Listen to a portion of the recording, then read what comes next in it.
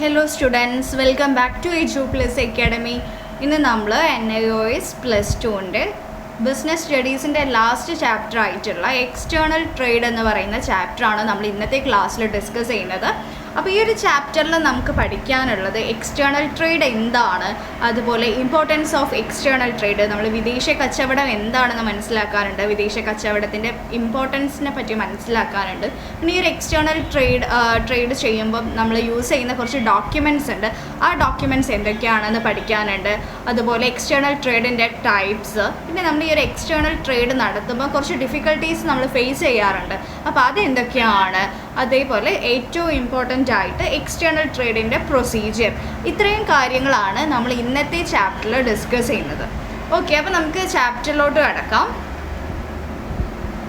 Okay, first തന്നെ നോക്കുക external ട്രേഡിൻ്റെ meaning, അതുപോലെ വിദേശ കച്ചവടത്തിൻ്റെ മീനിങ് അല്ലെങ്കിൽ വിദേശ കച്ചവടത്തിൻ്റെ ആ ഒരു ഡെഫിനിഷൻ എന്താണെന്ന് നോക്കാം. രാഷ്ട്രങ്ങൾ തമ്മിൽ സാധനങ്ങൾ കൈമാറുന്നതിനും സേവനങ്ങൾ കൈമാറുന്നതിനുമാണ് വിദേശ കച്ചവടം എന്ന് പറയുന്നത്. എന്താണ്? രാഷ്ട്രങ്ങൾ തമ്മിൽ സാധനങ്ങൾ കൈമാറുന്നതിനും സേവനങ്ങൾ കൈമാറുന്നതിനുമാണ് വിദേശ കച്ചവടം എന്ന് പറയുന്നത്. വിവിധ രാജ്യങ്ങളുടെ ദേശീയ അതിർത്തികളിൽ സാധനങ്ങൾ വാങ്ങുകയും വിൽക്കുകയും ചെയ്യുമ്പോൾ അതിനെ ബാഹ്യവ്യാപാരം എന്ന് വിളിക്കുന്നു. ഇത് വിദേശ വ്യാപാരം അല്ലെങ്കിൽ അന്താരാഷ്ട്ര വ്യാപാരം എന്നും അറിയപ്പെടുന്നു. ഓക്കെ, അപ്പോൾ എന്താണ് എക്സ്റ്റേണൽ ട്രേഡ് അഥവാ വിദേശ കച്ചവടം എന്ന് പറഞ്ഞാൽ നമ്മൾ രാജ്യത്തിന് പുറത്ത് നടക്കുന്ന ഒരു ട്രേഡാണ് എക്സ്റ്റേണൽ ട്രേഡ് എന്ന് പറയുന്നത്. ഓക്കെ, അപ്പോൾ നമ്മൾ ഇൻറ്റേർണൽ ട്രേഡ് ആയിരുന്നു കഴിഞ്ഞ ചാപ്റ്ററിൽ പറഞ്ഞത്. അതെന്താണ്? വിത്തിൻ ദ കൺട്രിയാണ്, ഒരു രാജ്യത്തിനുള്ളിൽ തന്നെ വിവിധ സംസ്ഥാനങ്ങളും വിവിധ ജില്ലകളും ഒക്കെ തമ്മിൽ നടത്തുന്ന ഒരു ട്രേഡാണ് ഇൻറ്റേർണൽ ട്രേഡ്. പക്ഷേ നേരെ മറിച്ച് എക്സ്റ്റേണൽ ട്രേഡ് എന്ന് പറഞ്ഞാൽ നമ്മൾ വിദേശ രാജ്യങ്ങളുമായിട്ട് ട്രേഡ് നടത്തുന്നത്, നമ്മൾ ഗുഡ്സ് ആൻഡ് സർവീസസ് നമ്മൾ ട്രേഡ് ചെയ്യുന്നതാണ്. ഒരു രാജ്യത്തു നിന്ന് മറ്റൊരു രാജ്യത്തേക്ക് ട്രേഡ് നടത്തുന്നതിനെയാണ് നമ്മൾ എക്സ്റ്റേണൽ ട്രേഡ് എന്ന് പറയാം. രാഷ്ട്രങ്ങൾ തമ്മിൽ സാധനങ്ങൾ കൈമാറുന്നതിനും അതുപോലെ സേവനങ്ങൾ കൈമാറുന്നതിനുമാണ് വിദേശ കച്ചവടം എന്ന് പറയുന്നത്. ഓക്കെ, ഇനി നമുക്ക് നോക്കാനുള്ളത് ഇമ്പോർട്ടൻസ് ഓഫ് എക്സ്റ്റേണൽ ട്രേഡ്. അപ്പോൾ എക്സ്റ്റേണൽ ട്രേഡിൻ്റെ ഇമ്പോർട്ടൻസ് എന്തൊക്കെയാണെന്ന് നോക്കാം. അന്താരാഷ്ട്ര വൈദഗ്ധ്യവൽക്കരണത്തിനും തൊഴിൽ വിഭജനത്തിനും വഴി തുറക്കുന്നു. ഒരു രാജ്യത്ത് ആവശ്യത്തിനധികമുള്ള സാധനങ്ങൾ ആ രാജ്യത്ത് ദുർലഭമായ സാധനങ്ങൾക്ക് വേണ്ടി കൈമാറാൻ സഹായിക്കുന്നു. നെക്സ്റ്റ് പോയിന്റ്, ലോകത്തിലാകെ വില സുസ്ഥിരതയുണ്ടാക്കുന്നു. നെക്സ്റ്റ്, കൂടുതൽ തൊഴിലവസരം ഉണ്ടാക്കുന്നു, വിദേശ നാണയം നേടാൻ സഹായിക്കുന്നു, ജനങ്ങളുടെ ജീവിത നിലവാരം മെച്ചപ്പെടുത്താൻ സഹായിക്കുന്നു, രാജ്യത്തിൻ്റെ സാമ്പത്തിക പുരോഗതി ഉയരുന്നു. ഓക്കെ, അപ്പോൾ ഇത്രയും ഇമ്പോർട്ടൻസ് ആണ് എക്സ്റ്റേണൽ ട്രേഡിനുള്ളത്. അപ്പോൾ നമുക്കറിയാം, അപ്പോൾ എക്സ്റ്റേണൽ ട്രേഡ് എന്നതുകൊണ്ട് നമ്മൾ മെയിൻലി ഉദ്ദേശിക്കുന്നത് നമ്മൾ ഒരു രാജ്യത്തിന് ആ രാജ്യത്തിലെ ജനങ്ങൾക്ക് ആവശ്യമായിട്ടുള്ള എല്ലാ സാധനങ്ങളും ആ രാജ്യത്ത് തന്നെ അവൈലബിൾ ആവണമെന്നുണ്ടോ? ഇല്ല. അപ്പോൾ അവരെന്താവും, അവിടെ പ്രൊഡ്യൂസ് ചെയ്യാൻ പറ്റാത്ത സാധനങ്ങൾ ആരാണ്? മറ്റുള്ള കൺട്രീസിനെ ആയിരിക്കും ഡിപ്പെൻഡ് ചെയ്യുക. അപ്പോൾ നമുക്കറിയാം, ഇപ്പോൾ ഒരു എക്സാമ്പിൾ പറയുകയാണെങ്കിൽ ഒരു കൺട്രിയിൽ സ്റ്റീലും അയേണും കൊണ്ടെല്ലാം റിച്ച് ആണെന്ന് വിചാരിക്കുക, പക്ഷെ അവർക്ക് ഈ ഒരു അലൂമിനിയം അവിടെ അവൈലബിൾ അല്ല. അപ്പോൾ അവരെന്താ ചെയ്യുക? ആ അലൂമിനിയം ആരാണോ കൂടുതൽ ഉൽപ്പാദിപ്പിക്കുന്നത് അവരുടെ കയ്യിൽ നിന്ന് വാങ്ങുകയാണല്ലോ ചെയ്യുക. ഓക്കെ, അപ്പം നമ്മുടെ രാജ്യത്ത് എന്താണോ കൂടുതൽ ഉൽപ്പാദിപ്പിക്കുന്നത് അത് നമ്മൾ മറ്റ് രാജ്യങ്ങളിലോട്ട് എക്സ്പോർട്ട് ചെയ്യുകയും അതേപോലെ നമ്മുടെ രാജ്യത്ത് എന്താണോ ഇല്ലാത്തത് അത് നമ്മൾ ഇങ്ങോട്ടേക്ക് ഇമ്പോർട്ട് ചെയ്യുകയാണ് ചെയ്യുക. അതാണ് ഈ ഒരു എക്സ്റ്റേണൽ ട്രേഡിൽ നടക്കുന്ന ആ ഒരു പ്രോസസ്സ് എന്ന് പറഞ്ഞാൽ. അപ്പോൾ ഈ ഒരു എക്സ്റ്റേണൽ ട്രേഡിൻ്റെ ഇമ്പോർട്ടൻസ് എന്ന് പറയുമ്പോൾ അപ്പോൾ നമുക്ക് എന്തൊക്കെ ഗുണങ്ങളാണ് ഈ ഒരു എക്സ്റ്റേണൽ ട്രേഡിലൂടെ, എന്തൊക്കെ പ്രാധാന്യങ്ങളുണ്ട് എക്സ്റ്റേണൽ ട്രേഡിന്, അതുപോലെ എന്തൊക്കെ ബെനിഫിറ്റാണ് കിട്ടുന്നത്. അപ്പോൾ നമ്മുടെ രാജ്യത്തിന് പുരോഗതി ഉണ്ടാവുന്നുണ്ട്. എക്കണോമിക്കലി സാമ്പത്തികപരമായിട്ടൊരു പുരോഗതി അവിടെ ഈ ഒരു എക്സ്റ്റേണൽ ട്രേഡ് കൊണ്ട് കൈവരിക്കുന്നുണ്ട്. പിന്നെ അവിടെ ജനങ്ങളുടെ ആ ഒരു സ്റ്റാൻഡേർഡ് ഓഫ് ലിവിങ്, പിന്നെ നമുക്ക് വിദേശ നാണയം കിട്ടുന്നു, അതൊക്കെ നമ്മുടെ ഈ ഒരു ഇക്കണോമിക് ഡെവലപ്മെൻറ്റിന് കാരണമാവുന്നുണ്ട്. പിന്നെ അപ്പോൾ ഒരു രാജ്യത്തിന് ആവശ്യത്തിന് അധികമുള്ള സാധനങ്ങൾ ആ രാജ്യത്ത് ദുർലഭമായ സാധനങ്ങൾക്ക് വേണ്ടിയിട്ടാണ് എക്സ്ചേഞ്ച് ചെയ്യുന്നത്. അപ്പോൾ നമുക്ക് അവിടെ ക്യാഷ് കിട്ടുകയും ചെയ്യും, നമുക്ക് പ്രൊഡക്റ്റാണ് വേണ്ടതെങ്കിൽ പ്രൊഡക്റ്റും കിട്ടും, അല്ലെങ്കിൽ നമ്മുടെ കയ്യിലുള്ള കൂടുതലുള്ള സാധനങ്ങൾ നമ്മൾ മറ്റുള്ള സ്ഥലത്തേക്ക് എക്സ്പോർട്ട് ചെയ്യുന്നു. അപ്പോൾ അവിടുത്തെ വിദേശ നാണയങ്ങളാണ് നമ്മുടെ കയ്യിലോട്ട് വരുന്നത്. അങ്ങനെയൊക്കെ നമുക്ക് ഈ ഒരു പുരോഗതികൾ സംഭവിക്കുന്നുണ്ട്. പിന്നെ എന്താണ്, മൊത്തത്തിലുള്ള ഒരു ഗ്ലോബലൈസേഷൻ ഇവിടെ കാരണമാകുന്നുണ്ട്. അതുപോലെ എന്താണ്, തൊഴിലവസരങ്ങൾ കിട്ടുന്നുണ്ട്. ഇനി നമ്മൾ എക്സ്ട്രാ അഡീഷണൽ ആയിട്ട് നമ്മൾ ഇനിയിപ്പോൾ ഇമ്പോർട്ടൻസ് പറയുകയാണെങ്കിൽ കുറച്ച് പോയിന്റ്സ് പറയാനുണ്ട്. അത് ഏതൊക്കെയാണെന്ന് നോക്കാം. First point, promote specialisation. Specialisation ഇവിടെ പ്രൊമോട്ട് ചെയ്യുന്നുണ്ട്. എന്ന് വെച്ചാൽ നമ്മൾ ഒരു രാജ്യത്തെ ഒരു പ്രൊഡ്യൂസറിന് വിദേശ രാജ്യത്തോടു കൂടെ ഒരു എക്സ്പാൻഡ് ചെയ്യാനൊരു ഓപ്പർച്യൂണിറ്റി കിട്ടുകയാണെങ്കിൽ അവരെന്താ ചെയ്യുക, അവരുടെ ഏത് പ്രൊഡക്റ്റാണോ മറ്റൊരു രാജ്യത്തോട്ട് എക്സ്പോർട്ട് ചെയ്യേണ്ടത്, അപ്പോൾ ആ ഒരു പ്രൊഡക്റ്റിൽ അവർ കൂടുതൽ സ്പെഷ്യലൈസ്ഡ് ആവുകയും അതുപോലെ കൂടുതൽ എക്സ്പേർട്ട് ആവുകയും ചെയ്യും. അപ്പോൾ നമുക്കിപ്പോൾ ഒരു എക്സാമ്പിൾ പറയുകയാണെങ്കിൽ, ഇപ്പോൾ ജപ്പാൻ്റെ കേസ് എടുക്കുകയാണെങ്കിൽ, ജപ്പാനിലൊക്കെ എന്താണ് ഇലക്ട്രോണിക് പ്രൊഡക്ട്സിനൊക്കെ എന്താണ് കൂടുതൽ ഡിമാൻഡ് ഉള്ളൊരു കൺട്രിയാണ് ജപ്പാനൊക്കെ. അപ്പോൾ ഈ ഒരു ഇലക്ട്രോണിക് പ്രൊഡക്ട്സ് അവർ എന്താണ് കൂടുതൽ എക്സ്പേർട്ട് ആയതുകൊണ്ട് തന്നെയാണ് നമ്മൾ ലോകത്ത് ജപ്പാൻ്റെ ഒരു പ്രൊഡക്ട്സിന് എന്താണ് നല്ല ഡിമാൻഡ് കിട്ടുന്നത്. അപ്പോൾ ഇവരെന്താണ് ഓട്ടോമാറ്റിക്കലി ആ ഒരു ജപ്പാനിലുള്ള പ്രൊഡ്യൂസേഴ്സ് എന്താവും ആ ഒരു പ്രൊഡക്റ്റിൽ കൂടുതൽ സ്പെഷ്യലൈസ്ഡ് ആവുന്നുണ്ട്. ഓക്കെ, അപ്പോൾ മറ്റുള്ള രാജ്യത്തു കൂടെ അവർക്ക് എക്സ്പാൻഡ് ചെയ്യാനും അതുപോലെ അവരുടെ സാധനങ്ങൾ എത്തിക്കാനും ഒക്കെ ഉള്ളൊരു ഓപ്പർച്യൂണിറ്റി വരുമ്പോൾ അവരെന്താണ് അവരുടെ ആ ഒരു പ്രൊഡക്ട്സിൻ്റെ ക്വാളിറ്റി കൂട്ടുകയും അവർ ആ ഒരു പ്രൊഡക്ട്സിൽ കൂടുതൽ സ്പെഷ്യലൈസ്ഡ് ആവുകയും ചെയ്യും. നെക്സ്റ്റ് ഒരു point, improved standard of living. അപ്പോൾ നമ്മുടെ ജീവിത നിലവാരം മെച്ചപ്പെടുത്തുന്നു പറഞ്ഞു. അപ്പോൾ ആ ഒരു പോയിന്റിൽ പറയുകയാണെങ്കിൽ നമ്മളിപ്പോൾ ഒരു രാജ്യത്തിന് വരുമാനം ഉണ്ടാക്കാൻ എക്സ്പോർട്ടിങ്ങിലൂടെ പറ്റുന്നുണ്ട്. അപ്പോൾ അതുപോലെ തന്നെ ഒരു രാജ്യത്ത് അവൈലബിൾ അല്ലാത്ത പ്രൊഡക്ട്സ് മറ്റുള്ള രാജ്യങ്ങളിലൂടെ നമുക്ക് ലഭിക്കുന്നുമുണ്ട് ഈ ഒരു എക്സ്പോർട്ടിങ്ങിലൂടെ. അപ്പോൾ ഇത് എക്സ്പോർട്ടിങ്ങിലൂടെ സാധ്യമാവുന്നുണ്ടെന്ന് നമുക്കറിയാം. അപ്പോൾ അതായത് നമ്മളിപ്പോൾ എക്സ്പോർട്ട് ചെയ്യുന്ന രാജ്യത്തിന് എന്താണ് വരുമാനമാണ് അവിടെ ലഭിക്കുന്നത്. പക്ഷേ അവിടെ ഇമ്പോർട്ട് ചെയ്യുന്ന കൺട്രിക്ക് എന്താണ് കിട്ടുന്നത്, നല്ല ക്വാളിറ്റി പ്രൊഡക്ട്സ് ലഭിക്കുന്നുണ്ട്. ഒപ്പം എന്താണ് ഇത് രണ്ട് പേരുടെ ഇമ്പോർട്ട് ചെയ്യുന്നവരുടെ കേസിലാണെങ്കിലും എക്സ്പോർട്ട് ചെയ്യുന്നവരുടെ കേസിലാണെങ്കിലും അവരുടെ സ്റ്റാൻഡേർഡ് ഓഫ് ലിവിങ് എന്താണ് കൂടുകയല്ലേ ചെയ്യുന്നത്. ഓക്കെ, അപ്പോൾ അതാണ് ഈ ഒരു ഇംപ്രൂവ്ഡ് സ്റ്റാൻഡേർഡ് ഓഫ് ലിവിങ് എന്ന് പറയുന്നത്. നെക്സ്റ്റ് എന്താ പറയുക, employment opportunities, generate employment opportunities. അപ്പോൾ ഒരുപാട് ജോലി അവസരങ്ങൾ ഈ ഒരു എക്സ്പോർട്ടിങ്ങിലൂടെ നമുക്ക് ലഭിക്കുന്നുണ്ട്. ഇപ്പോൾ നമ്മുടെ ഈ രാജ്യത്ത് ഈ ഒരു എക്സ്പോർട്ടിങ്ങിലൂടെ എന്താണ് കൂടുതൽ ജോലി അവസരങ്ങൾ ആളുകൾക്ക് ലഭിക്കുന്നുണ്ട്. അപ്പോൾ ഏതൊക്കെ ഫീൽഡിലാണ് ഈ ഒരു ജോലി അവസരങ്ങൾ ഉള്ളത്, നമ്മൾ അഗ്രികൾച്ചറൽ സെക്ടർ ആയിക്കോട്ടെ, കൊമേഴ്ഷ്യൽ ആയിക്കോട്ടെ, ഇൻഡസ്ട്രിയൽ സെക്ടർ ആയിക്കോട്ടെ, അപ്പോൾ എല്ലാ മേഖലയും ഈ ഒരു ജോബ് ഓപ്പർച്യൂണിറ്റീസ് ജനറേറ്റ് ചെയ്യുന്നുണ്ട് ത്രൂ എന്തിലൂടെ, എക്സ്പോർട്ടിങ്ങിലൂടെ. ഓക്കെ, ഇനി നമുക്ക് നോക്കാനുള്ളത് ഇമ്പോർട്ടൻസ് ഓഫ് എക്സ്റ്റേണൽ ട്രേഡ് എന്തായാലും പഠിച്ചു വെക്കുക. ഇനി നമുക്ക് നോക്കാനുള്ളത് ടൈപ്സ് ഓഫ് എക്സ്റ്റേണൽ ട്രേഡ് ആണ്. അപ്പോൾ എക്സ്റ്റേണൽ ട്രേഡ് എന്ന് പറയുമ്പോൾ 3 ടൈപ്പാണ് ഉള്ളത്, ക്ലാസിഫൈ ചെയ്യാം. അപ്പോൾ ഇമ്പോർട്ട് ട്രേഡ് ഉണ്ട്, അതിൽ എക്സ്പോർട്ട് ട്രേഡ് ഉണ്ട്, എൻ്റർപോർട്ട് ട്രേഡ് ഉണ്ട്. അപ്പോൾ ഇമ്പോർട്ട് ട്രേഡ് എന്ന് പറയുന്നത് ഇറക്കുമതി വ്യാപാരമുണ്ട്, കയറ്റുമതി വ്യാപാരമുണ്ട്, എൻ്റർപോർട്ട് വ്യാപാരമുണ്ട്. ഓക്കെ, അപ്പോൾ ഈ ഒരു കേസ് നോക്കാം എന്തൊക്കെയാണ് എക്സ്റ്റേണൽ ട്രേഡിൻ്റെ ടൈപ്സ് എന്ന്. ചരക്കുകളുടെയും സേവനങ്ങളുടെയും വിൽപ്പനയുടെയും വാങ്ങലിൻ്റെയും അടിസ്ഥാനത്തിൽ ബാഹ്യ വ്യാപാരത്തെ 3 ആയിട്ട് തരംതിരിക്കാം. ഇവയാണ് ഇറക്കുമതി വ്യാപാരം, കയറ്റുമതി വ്യാപാരം, എൻ്റർപോർട്ട് വ്യാപാരം. ഓക്കെ, ആദ്യം നമുക്ക് ഇറക്കുമതി വ്യാപാരം എന്താണെന്ന് നോക്കാം. ഒരു രാജ്യത്തിൻ്റെ ബിസിനസ് സ്ഥാപനം മറ്റൊരു രാജ്യത്തിൻ്റെ സ്ഥാപനത്തിൽ നിന്ന് സാധനങ്ങൾ വാങ്ങുമ്പോൾ അതിനെ ഇറക്കുമതി വ്യാപാരം എന്ന് വിളിക്കുന്നു. ഉദാഹരണത്തിന് ഇന്ത്യൻ ഗവൺമെൻറ് പെട്രോളിയം ഉൽപ്പന്നങ്ങൾ, ഇലക്ട്രോണിക് സാധനങ്ങൾ, ഗോൾഡ്, മെഷീനറികൾ എന്നിവ വാങ്ങുമ്പോൾ മറ്റു രാജ്യങ്ങളിൽ നിന്ന് ഇറക്കുമതി വ്യാപാരം എന്നാണ് ഇത് അറിയപ്പെടുന്നത്. ഓക്കെ, അപ്പോൾ ഫസ്റ്റ് ടൈപ്പ് എന്താണ്, ഇറക്കുമതി വ്യാപാരം അല്ലെങ്കിൽ എക്സ്പോർട്ട് ട്രേഡ് എന്ന് വെച്ചാൽ എന്താണ്, ഒരു രാജ്യത്തിൻ്റെ ബിസിനസ് സ്ഥാപനം മറ്റൊരു രാജ്യത്തിൻ്റെ സ്ഥാപനത്തിൽ നിന്ന് സാധനങ്ങൾ വാങ്ങുമ്പോൾ അതിനെ ഇറക്കുമതി വ്യാപാരം എന്ന് വിളിക്കുന്നു. ഓക്കെ, അതാണ് ഫസ്റ്റ് എക്സ്റ്റേണൽ ട്രേഡിൻ്റെ ടൈപ്പ് എന്ന് പറയുന്നത്. നെക്സ്റ്റ് നമുക്ക് ഇമ്പോർട്ട് ട്രേഡ് അഥവാ കയറ്റുമതി വ്യാപാരമാണ് നോക്കാനുള്ളത്. ഒരു രാജ്യത്തിൻ്റെ സ്ഥാപനം മറ്റൊരു സ്ഥാപനത്തിന് സാധനങ്ങൾ വിൽക്കുമ്പോൾ അതിനെ കയറ്റുമതി വ്യാപാരം എന്ന് വിളിക്കുന്നു. ഉദാഹരണത്തിന് ഇരുമ്പ്, ഉരുക്ക്, ചായ, കാപ്പി, കൽക്കരി മുതലായവ ഇന്ത്യൻ കമ്പനികൾ മറ്റു രാജ്യങ്ങളിലേക്ക് വിൽക്കുന്നത് അതിൻ്റെ കയറ്റുമതി വ്യാപാരം എന്നാണ് അറിയപ്പെടുന്നത്. ഓക്കെ, അപ്പോൾ ഒരു രാജ്യത്തിൻ്റെ സാധനം മറ്റൊരു രാജ്യത്തിൻ്റെ സാധനങ്ങൾ വിൽക്കുമ്പോൾ അതിനെ കയറ്റുമതി വ്യാപാരം എന്ന് വിളിക്കുന്നു. ഓക്കെ, നെക്സ്റ്റ് നമുക്ക് എൻ്റർപോർട്ടാണ്. ഓൺട്രാപോർട്ട് എന്നാണ് കൊടുത്തത്, എൻ്റർപോർട്ട് എന്നാണ് കേട്ടോ പറയാം. അപ്പോൾ എൻ്റർപോർട്ട് എന്ന് പറഞ്ഞാൽ എന്താണ്, മറ്റൊരു രാജ്യത്തിലേക്ക് കയറ്റുമതി ചെയ്യുക എന്ന ലക്ഷ്യത്തോടു കൂടി ഏതെങ്കിലും രാജ്യത്ത് നിന്ന് ഇറക്കുമതി ചെയ്യുന്നതിനെയാണ് എൻ്റർപോർട്ട് എന്ന് പറയുന്നത്, അല്ലെങ്കിൽ പുനർകയറ്റുമതി കച്ചവടം എന്ന് പറയുന്നത്.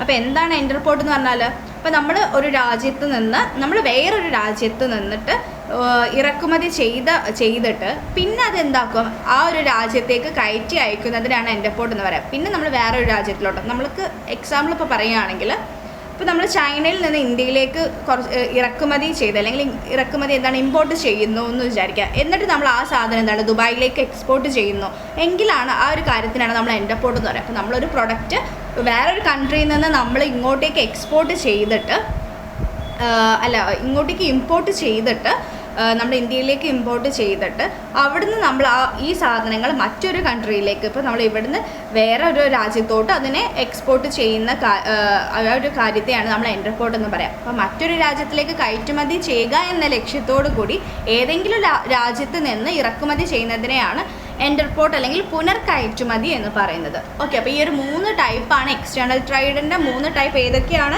Import trade, export trade, entrepot. അപ്പോൾ ഇറക്കുമതി, കയറ്റുമതി, എൻഡർപോർട്ട്. ഈ ഒരു 3 ക്ലാസിഫിക്കേഷൻ അല്ലെങ്കിൽ 3 ടൈപ്പാണ് എക്സ്പോർട്ട് ട്രേഡിനുള്ളത് കേട്ടോ. ഓക്കെ, ഇനി നമുക്ക് നെക്സ്റ്റ് നോക്കാനുള്ളത് difficulties faced in external trade. അപ്പോൾ എക്സ്റ്റേണൽ ട്രേഡിൽ നമ്മൾ ഫേസ് ചെയ്യുന്ന ബുദ്ധിമുട്ടുകൾ എന്തൊക്കെയാണെന്ന് നോക്കാം. ഫസ്റ്റ് പോയിന്റ്, ഭൂമിശാസ്ത്രപരമായ ദൂരം. അപ്പോൾ ആദ്യത്തെ പോയിന്റ് എന്ന് പറയുന്നത് ഭൂമിശാസ്ത്രപരമായിട്ടുള്ള ദൂരത്തെയാണ്. നോക്കാം, അയൽ രാജ്യങ്ങൾ ഒഴികെയുള്ള ദൂരത്തേക്ക് ചരക്ക് ഗതാഗതം വിദേശ വ്യാപാരത്തിൽ ഉൾപ്പെടുന്നു. വിവിധ രാജ്യങ്ങൾ തമ്മിലുള്ള അകലം ഇറക്കുമതിക്കാരും കയറ്റുമതിക്കാരും തമ്മിൽ വേഗത്തിലും അടുത്തുമുള്ള വ്യാപാര ബന്ധം സ്ഥാപിക്കുന്നത് ബുദ്ധിമുട്ടാക്കുന്നു. അപ്പോൾ ഈ ഒരു ഭൂമിശാസ്ത്രപരമായിട്ടുള്ളൊരു ദൂരം നമ്മൾ ഫേസ് ചെയ്യുന്ന ഒരു ബുദ്ധിമുട്ടാണ് ഈ ഒരു എക്സ്പോർട്ട് ട്രേഡിൽ. നെക്സ്റ്റ് പോയിന്റ്, പ്രകൃതിയിൽ കൂടുതൽ അപകട സാധ്യതയുണ്ട്. ബാഹ്യ വ്യാപാരത്തിൽ ചരക്കുകൾ കൂടുതൽ അപകട സാധ്യതയ്ക്ക് വിധേയമാണ്. മോശം കാലാവസ്ഥ, ശത്രു പ്രവർത്തനങ്ങൾ, കടൽ കൊള്ളക്കാർ എന്നിവ കാരണം ചരക്ക് ഗതാഗതത്തെ ബാധിച്ചേക്കാം. എന്നിരുന്നാലും ഈ അപകടങ്ങളിൽ ചിലത് ഇൻഷുറൻസ് കവറേജിലൂടെ കവർ ചെയ്യാനും ലഘൂകരിക്കാനും കഴിയുന്നു. എന്നാൽ ഇത് കയറ്റുമതി ചെയ്യുന്ന സാധനങ്ങളുടെ വില വർദ്ധിപ്പിക്കുന്നു. വിനിമയ നിരക്കിലെ അസ്ഥിരത മൂലം വിദേശ വ്യാപാരത്തിലെ അപകടങ്ങളും ഉണ്ടാക്കുന്നു. അപ്പോൾ ഈ ഒരു പ്രകൃതിയിൽ ഉണ്ടാവുന്ന കുറച്ച് പ്രശ്നങ്ങൾ, അപകട സാധ്യത എന്ന് പറയുന്നത്, ഇപ്പോൾ നമ്മളിപ്പോൾ എക്സ്പോർട്ട് ചെയ്യുമ്പോൾ നമ്മളിപ്പോൾ ഇങ്ങനെ കപ്പൽ മാർഗം ആണ് എക്സ്പോർട്ട് ചെയ്യുന്നതെങ്കിൽ അപ്പോൾ എന്താണ് അവിടെ നമുക്ക് എന്തെങ്കിലും കടൽ കൊള്ളക്കാർ വരാനോ അല്ലെങ്കിൽ ഈ ഒരു കാലാവസ്ഥ മോശമാവുന്ന ഒരു സിറ്റുവേഷൻ നമുക്ക് എന്തെങ്കിലും ഈ ഒരു ചെറിയൊരു സുനാമി അല്ലെങ്കിൽ നമുക്ക് എന്തെങ്കിലും രീതിയിലൊരു ബുദ്ധിമുട്ട് അവിടെ അനുഭവപ്പെടുകയാണെങ്കിൽ എന്താണ് നമ്മുടെ സാധനങ്ങളൊക്കെ നഷ്ടമാവും. അപ്പോൾ അതിന് പക്ഷേ അവർക്ക് എന്താണ് ഇൻഷുറൻസ് കവറേജ് ലഭിക്കും. എന്നിരുന്നാലും എന്താണ് അത് നമ്മൾ ഫേസ് ചെയ്യുന്നൊരു ചാലഞ്ച് ആണ്. അല്ലെങ്കിൽ ഒരു കയറ്റുമതി ചെയ്യുന്നതിലും അതിൽ കുറച്ച് ബുദ്ധിമുട്ട് ഏർപ്പെടുത്തുന്നുണ്ട്. അപ്പോൾ എന്താണ് ആ ഒരു എക്സ്പോർട്ടിങ്ങിൻ്റെ ആ ഒരു എന്താണ് അവർ സാധനങ്ങളുടെ വില കൂട്ടും, അങ്ങനെയൊക്കെ കുറേ പ്രശ്നങ്ങൾ വരുന്നുണ്ട്. അപ്പോൾ ഈ ഒരു പ്രകൃതിയിലുണ്ടാവുന്ന അപകട സാധ്യത നമ്മൾ എക്സ്പോർട്ട് ട്രേഡിൽ ഫേസ് ചെയ്യുന്നൊരു ഡിഫിക്കൽട്ടി ആണ്. നെക്സ്റ്റ് പോയിന്റ്, ഗതാഗതത്തിൻ്റെയും ആശയവിനിമയത്തിൻ്റെയും ബുദ്ധിമുട്ടുകൾ. ബാഹ്യ വ്യാപാരവുമായി ബന്ധപ്പെട്ടുള്ള ദീർഘദൂര യാത്രകൾ ശരിയായതും വേഗത്തിലുള്ളതുമായ ഗതാഗത മാർഗങ്ങൾക്കും ആശയവിനിമയത്തിനും ബുദ്ധിമുട്ടുകൾ സൃഷ്ടിക്കുന്നു. ആധുനിക ആശയവിനിമയ മാർഗങ്ങൾ ഈ പ്രശ്നം പരിഹരിച്ചിട്ടുണ്ടെങ്കിലും ഇത് വളരെ ചെലവേറിയതാണ്. മാത്രമല്ല എല്ലാത്തരം വിവരങ്ങളും സുരക്ഷിതമാക്കാൻ ഉപയോഗിക്കാൻ കഴിയില്ല. ചരക്കുകളുടെ ലോഡും അൺലോഡും പലപ്പോഴും വളരെ സമയമെടുക്കും. കൂടാതെ ചരക്കുകളുടെ വില വർദ്ധിപ്പിക്കുന്ന വലിയ ചെലവുകളും ഉൾപ്പെടുന്നു. അപ്പോൾ ഈ ഒരു ഗതാഗതത്തിൻ്റെയും ആശയവിനിമയത്തിൻ്റെയും ബുദ്ധിമുട്ടുകൾ എന്ന് പറയുന്നത് നമ്മൾ എക്സ്പോർട്ടിങ്ങിലൂടെ നമുക്ക് എന്താണ് ദീർഘദൂരം അല്ലെങ്കിൽ വളരെയധികം ദൂരെ ആയിരിക്കും നമുക്ക് ട്രാവൽ ചെയ്യാൻ ഉണ്ടാവുക. അപ്പോൾ ആ ഒരു യാത്രയുടെ സമയങ്ങൾക്ക് നമുക്ക് ഈ ഒരു ഗതാഗത മാർഗങ്ങൾക്കും അതുപോലെ തന്നെ നമ്മുടെ ഈ ഒരു കമ്മ്യൂണിക്കേഷൻ പ്രോസസ്സിലൊക്കെ എന്താണ് കുറേ ബുദ്ധിമുട്ടുകൾ ഉണ്ടാവാറുണ്ട് കേട്ടോ. ഓക്കെ, അതാണ് ഈ ഒരു ആശയവിനിമയത്തിൻ്റെയും ഗതാഗതത്തിൻ്റെയും ബുദ്ധിമുട്ട് എന്ന് പറയുന്നത്. നെക്സ്റ്റ്, നിയമപരവും ഇഷ്ടാനുസൃതവുമായ നിയന്ത്രണങ്ങൾ. കസ്റ്റംസ്, താരിഫ്, കോട്ട, എക്സ്ചേഞ്ച് നിയന്ത്രണങ്ങൾ എന്നിവ വഴി വിദേശ വ്യാപാരം വിവിധ നിയന്ത്രണങ്ങൾക്ക് വിധേയമാണ്. ഇത് ബാഹ്യ വ്യാപാരത്തിൻ്റെ പരിധിയെ പരിമിതപ്പെടുത്തുന്നു. അപ്പോൾ ഈ ഒരു നിയമപരവും ഇഷ്ടാനുസൃതവുമായ നിയന്ത്രണങ്ങൾ എന്നതുകൊണ്ട് ഉദ്ദേശിക്കുന്നത് നമുക്കറിയാം കസ്റ്റംസ് ക്ലിയറൻസ് സർട്ടിഫിക്കറ്റ് നമുക്ക് കാണിക്കേണ്ടതുണ്ട്, താരിഫ് ഉണ്ടാവും, പിന്നെ നമുക്കിങ്ങനെ ഓരോ നികുതികൾ, ടാക്സുകൾ, അങ്ങനെയൊക്കെ നമുക്ക് ഈ ഒരു എക്സ്പോർട്ടിങ്ങിൽ കുറേ ഒരു വലിയൊരു പ്രൊസീജിയർ ഉണ്ട്. അത് നമുക്ക് പിന്നീട് പഠിക്കാനുണ്ട്. അപ്പം ഈ ഒരു പ്രോസസ്സ് എന്ന് പറയുന്നത് കുറച്ച് എന്താണ് അത്ര ഈസി ആയിട്ടുള്ള ഒരു കാര്യമല്ല ഈ ഒരു എക്സ്പോർട്ടിങ് എന്ന് പറയുന്നത്. അപ്പോൾ അതിൽ നമുക്ക് കുറേ ക്ലിയറൻസ് കിട്ടാനുണ്ട്, കുറേ സർട്ടിഫിക്കറ്റ് കിട്ടാനുണ്ട്, അതുപോലെ കുറേ നമ്മളെന്താണ് നികുതി കൊടുക്കാനുണ്ട്, എവിടെയൊക്കെയാണ് പേയ്മെൻറ്റ് ചെയ്യേണ്ടത് അതെല്ലാം നമ്മൾ ക്ലിയർ ചെയ്യണം. അങ്ങനെ കുറേ ബുദ്ധിമുട്ടുകളുണ്ട്. അപ്പോൾ അതും നമ്മൾ ഈ ഒരു എക്സ്പോർട്ടിങ്ങിൽ ഫേസ് ചെയ്യുന്നൊരു വലിയൊരു ബുദ്ധിമുട്ടാണ്. നെക്സ്റ്റ്, വിദേശ വിപണികളുടെ കുറിച്ചുള്ള പഠനം. ഡിമാൻഡ്, മത്സരത്തിൻ്റെ തീവ്രത, വാങ്ങുന്നവരുടെ മുൻഗണനകൾ മുതലായവയുമായി ബന്ധപ്പെട്ട് വ്യത്യസ്ത ഉൽപ്പന്നങ്ങൾക്കായുള്ള വിപണികൾക്ക് അവരുടേതായ സവിശേഷതകളുണ്ട്. അതിനാൽ ബാഹ്യവിപണിയിലെ വിജയത്തിന് വിദേശ വിപണികളെക്കുറിച്ച് വിപുലമായ പഠനം ആവശ്യമാണ്. വ്യാപാരം ഒരു വ്യക്തിഗത കയറ്റുമതിക്കാരൻ്റെയോ ഇറക്കുമതിക്കാരൻ്റെയോ പോയിന്റിൽ നിന്ന് ഇത് അത്ര എളുപ്പത്തിൽ സാധ്യമല്ല. അപ്പോൾ വിദേശ വിപണികളെക്കുറിച്ചുള്ള പഠനം, അപ്പോൾ നമുക്ക് എന്താണ്, ഇപ്പോൾ നമ്മൾ പുറത്തുനിന്നുള്ള രാജ്യത്തു നിന്ന് ഓരോ കാര്യങ്ങൾ നമ്മൾ ഇങ്ങോട്ട് എക്സ്പോർട്ട് ചെയ്യുകയാണെങ്കിൽ അവിടെ നിന്ന് ഇങ്ങോട്ട് ഇമ്പോർട്ട് ചെയ്യുകയാണെങ്കിലൊക്കെ ചെയ്യുമ്പോൾ എന്താണ്, നമ്മൾ ആ ഒരു മാർക്കറ്റ് സ്റ്റഡി നടത്തണം. അപ്പോൾ നമ്മുടെ ആ ഒരു ഡിമാൻഡ്, ആ ഒരു കോമ്പറ്റീഷൻ, അതുപോലെ ആളുകളുടെ ആ ഒരു പ്രിഫറൻസ്, അപ്പോൾ അങ്ങനെയുള്ള കാര്യങ്ങളൊക്കെ ബന്ധപ്പെട്ടിട്ട് നമ്മുടെ ആ ഒരു പ്രൊഡക്റ്റുമായിട്ട് നമ്മൾ അവിടുത്തെ മാർക്കറ്റിനെ സ്റ്റഡി ചെയ്യും. അപ്പോൾ അതിനാൽ എന്താണ്, അവിടെയുള്ള ബാഹ്യ വിപണി, അതുപോലെ നമ്മുടെ ആ ഒരു എക്സ്റ്റേണൽ ട്രേഡിൽ നമ്മുടെ വിജയത്തിന് വിദേശ വിപണികളെ കുറിച്ചിട്ട് നമ്മൾ വിപുലമായിട്ടുള്ളൊരു പഠനം ആവശ്യമാണ്. അപ്പോൾ നമ്മുടെ ആ ഒരു ട്രേഡിങ് എഫക്റ്റീവ് ആവണമെങ്കിലും അതുപോലെ നമ്മുടെ ആ ഒരു എക്സ്പോർട്ടിങ് സക്സസ് ആവണമെങ്കിലും നമുക്കത് ഇവിടെ നമ്മുടെ പ്രൊഡക്റ്റ് അവിടെ വിറ്റ് പോകാനൊക്കെ എന്താണ്, നമ്മൾ അവിടുത്തെ ആളുകളുടെ ആ ഒരു ടേസ്റ്റ് ആൻഡ് പ്രിഫറൻസും അവരുടെ ഡിമാൻഡും കാര്യങ്ങളൊക്കെ അറിഞ്ഞിട്ട് വേണം നമ്മൾ എക്സ്പോർട്ട് ചെയ്യാൻ. ഓക്കെ, അപ്പോൾ ആ ഒരു മാർക്കറ്റ് സ്റ്റഡി നമ്മൾ നടത്തേണ്ടതുണ്ട്. അപ്പോൾ അതിൽ നമ്മൾ എന്താണ് കൂടുതൽ നന്നായിട്ട് ഇൻവെസ്റ്റ് ചെയ്യുകയും ഒക്കെ ചെയ്യണം. അതാണ് ഒരു വ്യക്തിഗത കയറ്റുമതിക്കാരൻ്റെയോ കയറ്റുമതിക്കാരൻ്റെയോ കാര്യത്തിൽ അത് അത്ര എളുപ്പമല്ല. അപ്പോൾ നമുക്ക് നമ്മുടെ രാജ്യത്തുള്ള കാര്യങ്ങളായിരിക്കും കൂടുതൽ മനസ്സിലാക്കാൻ നമുക്ക് എളുപ്പം. പക്ഷെ മറ്റൊരു രാജ്യത്ത് അവിടെ എന്താണ് ഡിഫറെൻറ്റ് കൾച്ചറായിരിക്കും, അവരുടെ ആ ഒരു ടേസ്റ്റ് ആൻഡ് പ്രിഫറൻസ്, ട്രെൻഡ് എല്ലാം എന്താണ് ഭയങ്കര ഡിഫറെൻ്റ് ആയിരിക്കും. നമ്മളെക്കാൾ ഫോർവേഡഡ് ആയിട്ടുള്ള ആളുകളായിരിക്കും മറ്റുള്ള രാജ്യക്കാർ. അപ്പോൾ എന്താണ് അവരുടെ ആ ഒരു മാർക്കറ്റ് സ്റ്റഡി നടത്താൻ എന്താണ് അതൊരു കുറച്ച് ബുദ്ധിമുട്ടാണ്, കുറച്ച് റിസ്ക് ആയിട്ടുള്ള കാര്യമാണ് ഒരു ഇൻഡിവിജ്വലിനെ സംബന്ധിച്ചിട്ട്. ഒരു ഇമ്പോർട്ടിങ്ങോ ചെയ്യുന്ന ഒരു ഇൻഡിവിജ്വലിനെ സംബന്ധിച്ചിട്ട് അത് കുറച്ച് റിസ്ക് എലമെൻ്റ് ഉള്ള ഒരു കാര്യമാണ്. ഓക്കെ, അത്രയാണ് നമ്മൾ ഡിഫിക്കൽട്ടീസ് പറഞ്ഞിട്ടുള്ളത്. ഇനി നമുക്ക് നെക്സ്റ്റ് നോക്കാനുള്ളത് documents used in external trade. അപ്പോൾ എക്സ്റ്റേണൽ ട്രേഡിൽ നമ്മൾ യൂസ് ചെയ്യുന്ന ഡോക്യുമെൻറ്റ്സ് എന്തൊക്കെയാണെന്ന് നോക്കാം. ഫസ്റ്റ് ഡോക്യുമെൻറ്റ്, അതിൽ കുറച്ച് ഡോക്യുമെൻറ്റ്സ് ഇവിടെ പറയുന്നുണ്ട്. പിന്നെ നമ്മൾ എക്സ്റ്റേണൽ പ്രൊസീജിയർ നോക്കുമ്പോഴാണ് കൂടുതൽ ഡീറ്റെയിൽഡ് ആയിട്ട് നമുക്ക് നോക്കാനുള്ളത്. First one, indent. ഇൻറ്റൻറ്റ് എന്ന് പറഞ്ഞാൽ എന്താണ്, കയറ്റുമതി ചെയ്യുന്ന സാധനങ്ങളുടെ എല്ലാ വിവരങ്ങളും ഇതിലുണ്ടായിരിക്കും. അപ്പോൾ ഇൻറ്റൻറ്റ് എന്ന് പറഞ്ഞാൽ കയറ്റുമതി ചെയ്യുന്ന സാധനങ്ങളുടെ എല്ലാ വിവരങ്ങളും ഈ ഒരു ഇൻറ്റൻറ്റിലാണ് ഉണ്ടാവുക. Next, letter of credit. Letter of credit എന്ന് പറയുന്ന ഡോക്യുമെൻ്റ് എന്താണ്, ഇറക്കുമതിക്കാരൻ്റെ ബാങ്ക് വഴി കയറ്റുമതിക്കാരൻ്റെ പണം നൽകാനുള്ള സംവിധാനം ഉണ്ടാക്കലാണ് letter of credit.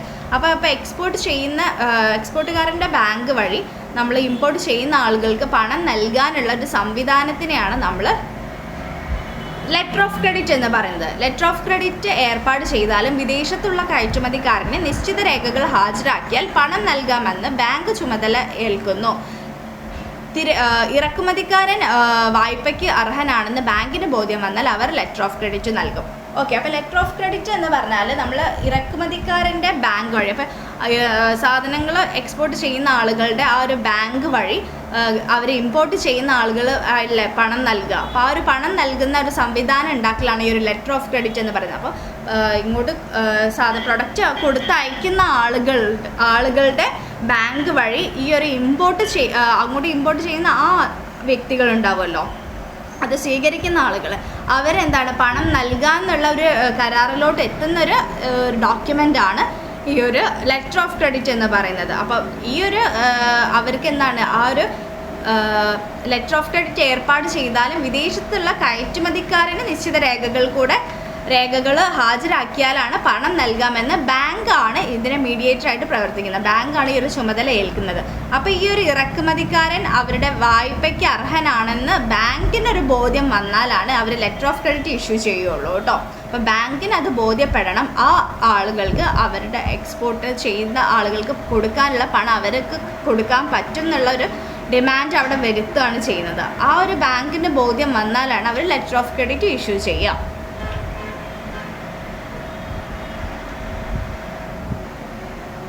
Next document നോക്കാം, മെയ്ഡ്സ് റെസിപ്റ്റ്. മെയ്ഡ്സ് റെസിപ്റ്റ് എന്ന് പറഞ്ഞാൽ എന്താണ്, സാധനങ്ങൾ കപ്പലിൽ കയറ്റി കഴിയുന്നതോടെ ക്യാപ്റ്റൻ ഒരു രസീത് നൽകും. ഇതിന് മെയ്ഡ് റെസിപ്റ്റ് എന്ന് പറയും. സാധനങ്ങൾ കപ്പലിൽ കയറ്റി അയച്ചു എന്നതിനുള്ള തെളിവാണിത്. അപ്പോൾ മെയ്ഡ് റെസിപ്റ്റ് എന്താണ്, കപ്പലിൽ സാധനം കയറ്റിയാൽ ഈ ഒരു ക്യാപ്റ്റൻ നൽകുന്ന ഒരു റെസിപ്റ്റാണ് ഈ ഒരു മെയ്ഡ് റെസിപ്റ്റ് അതെന്താണ്, സാധനങ്ങൾ കപ്പലിൽ കയറ്റി അയച്ചു എന്നുള്ളതിൻ്റെ ഒരു പ്രൂഫ് കൂടെയാണ് എന്ന് പറയാം made receipt.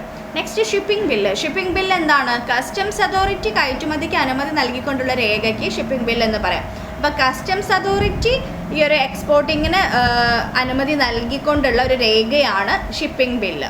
Next certificate of origin. Certificate of origin എന്ന് പറഞ്ഞാൽ സാധനം ഏത് രാജ്യത്ത് ഉൽപ്പാദിപ്പിച്ചതാണ് എന്ന വ്യക്തമാക്കുന്ന സർട്ടിഫിക്കറ്റാണ് ഈ ഒരു സർട്ടിഫിക്കറ്റ് ഓഫ് ഒറിജിൻ. ആ ഒരു പ്രൊഡക്റ്റ് ഏത് സ്ഥലത്തു നിന്നാണ് ഒറിജിനേറ്റ് ചെയ്ത് വന്നത്, അല്ലെങ്കിൽ ആ ഒരു ഏത് രാജ്യത്ത് ഉൽപ്പാദിപ്പിച്ചതാണ് ഈ ഒരു പ്രൊഡക്റ്റ് എന്ന് വ്യക്തമാക്കുന്ന ഒരു സർട്ടിഫിക്കറ്റാണ് certificate of origin. Shipping order കയറ്റുമതിക്കാരൻ തയ്യാറാക്കുന്ന സാധനങ്ങൾക്ക് കപ്പലിൽ സ്ഥലം അനുവദിച്ചുകൊണ്ട് കമ്പനി നൽകുന്ന കപ്പൽ കമ്പനി കയറ്റുമതിക്കാരന് നൽകുന്ന രേഖയാണിത്. അപ്പോൾ ഷിപ്പിംഗ് ഓർഡർ കയറ്റുമതിക്കാരൻ തയ്യാറാക്കുന്ന സാധനങ്ങൾക്ക് അവരെ കപ്പലിൽ ഒരു സ്ഥലം കൊടുക്കണം. സ്ഥലം അനുവദിച്ചുകൊണ്ട് കമ്പനി കയറ്റുമതിക്കാരന് നൽകുന്ന രേഖയും കൂടിയാണ് certificate of origin. Next insurance policy. Insurance policy എന്താണ്, കയറ്റുമതി ചെയ്ത സാധനങ്ങൾക്ക് കടലിൽ പല ആപത്തും സംഭവിച്ചു എന്ന് വരാം. അതുകൊണ്ട് കയറ്റുമതിക്കാർ എല്ലാം തങ്ങളുടെ ചരക്കുകൾക്ക് ഇൻഷുർ ചെയ്യാറുണ്ട്. അപ്പോൾ ഒരു ഇൻഷുറൻസ് പോളിസി എന്താണ്, ഏത് പ്രൊഡക്റ്റ് എന്താണ് നമുക്ക് എന്തെങ്കിലും നാശനഷ്ടം സംഭവിച്ചു പോയാൽ എന്താണ് നമുക്ക് അതിനുള്ള ക്ലെയിം കിട്ടാൻ വേണ്ടിയിട്ട് ഏതൊരു പ്രൊഡക്റ്റും കയറ്റുമതി ചെയ്യുന്ന ഏതൊരു ചരക്കുകളും എന്താണ് ഇൻഷുർ ചെയ്യേണ്ടത് ആവശ്യമാണ്. അതാണ് ആ ഒരു ഇൻഷുറൻസ് പോളിസി അവിടെ പറയുന്നത്. Next airway bill. Airway bill എന്താണ്, സാധനം വിമാനമാർഗമാണ് അയക്കുന്നതെങ്കിൽ വിമാന കമ്പനി നൽകുന്ന രേഖയാണ് ഈ ഒരു എയർവേ ബില്ല്. പിന്നെ എന്താണ് bill of entry. Bill of entry എന്ന് പറഞ്ഞാൽ ഇറക്കുമതി ഒന്നിച്ചടച്ച് സാധനങ്ങൾ കയ്യോടെ കൊണ്ടുപോകാൻ ആഗ്രഹിക്കുന്ന ഇറക്കുമതിക്കാരൻ നൽകുന്നതായിരിക്കും ഇത്. വെള്ളക്കടലാസിലുള്ളതായിരിക്കും ഇത്. അപ്പോൾ ബിൽ ഓഫ് എൻട്രി എന്ന് പറഞ്ഞാൽ ഇപ്പം നമ്മളിപ്പോൾ ഇങ്ങോട്ടേക്ക് ഇറക്കുമതിയുടെ തീരുവ ഉണ്ടാവുമല്ലോ, ഇറക്കുമതിക്കൊക്കെ നമ്മൾ ക്യാഷ് കൊടുക്കുമല്ലോ, അതൊക്കെ ഒന്നിച്ചടച്ചിട്ട് അവരുടെ സാധനങ്ങൾ കയ്യോടെ കൊണ്ടുപോകാൻ ആഗ്രഹിക്കുന്ന ഇറക്കുമതിക്കാരന് നൽകുന്നതാണ് ഈ ഒരു ബിൽ ഓഫ് എൻട്രി. അപ്പോൾ അത് വൈറ്റ് പേപ്പറിലായിരിക്കും ഒരു ബിൽ ഓഫ് എൻട്രി ഉണ്ടാവുക. അപ്പോൾ അത്രയുമാണ് നമുക്ക് ഡോക്യുമെൻറ്റ്സിൻ്റെ കാര്യത്തിൽ പറയാനുള്ളത്. ഇനി നമുക്ക് നെക്സ്റ്റ് ഇമ്പോർട്ടൻ്റ് ആയിട്ടുള്ളൊരു സെക്ഷൻ ഇതാണ്, പ്രൊസീജിയർ ഫോർ എക്സ്പോർട്ട് ട്രേഡ്. അപ്പോൾ അത് എന്തൊക്കെയാണെന്ന് ഞാൻ ഹെഡിങ് പറയാം, എന്നിട്ട് അതെന്താണ് കാര്യങ്ങൾ നിങ്ങൾ മനസ്സിലാക്കി വെക്കുക. പ്രൊസീജിയർ ഫോർ എക്സ്പോർട്ട് ട്രേഡ് എന്ന് പറഞ്ഞാൽ ഫസ്റ്റ് പ്രൊസീജിയർ എന്താണ് എക്സ്പോർട്ടിങ്ങിൽ, receipt of enquiry and sending quotation. Next step receipt of order. Next credit enquiry. Next obtaining export licence.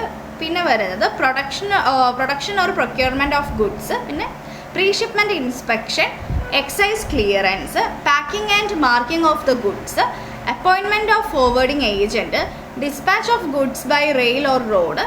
Next formalities to be completed by forwarding agent. Next point preparation of export invoice of consular invoice. അപ്പോൾ എന്താണ് ഈ ഒരു procedure for export trade? ഒരു ഭയങ്കര നീണ്ട procedure തന്നെയാണ് നമ്മുടെ exporting, അല്ലെങ്കിൽ ഈ ഒരു നമ്മുടെ കയറ്റുമതിയുടെ നടപടികൾ എന്ന് പറഞ്ഞാൽ വളരെ നീണ്ട ഒരു പ്രോസസ്സ് തന്നെയാണ്. അത് നമുക്കിനി ഓരോന്ന് എന്തൊക്കെയാണെന്ന് നോക്കാം.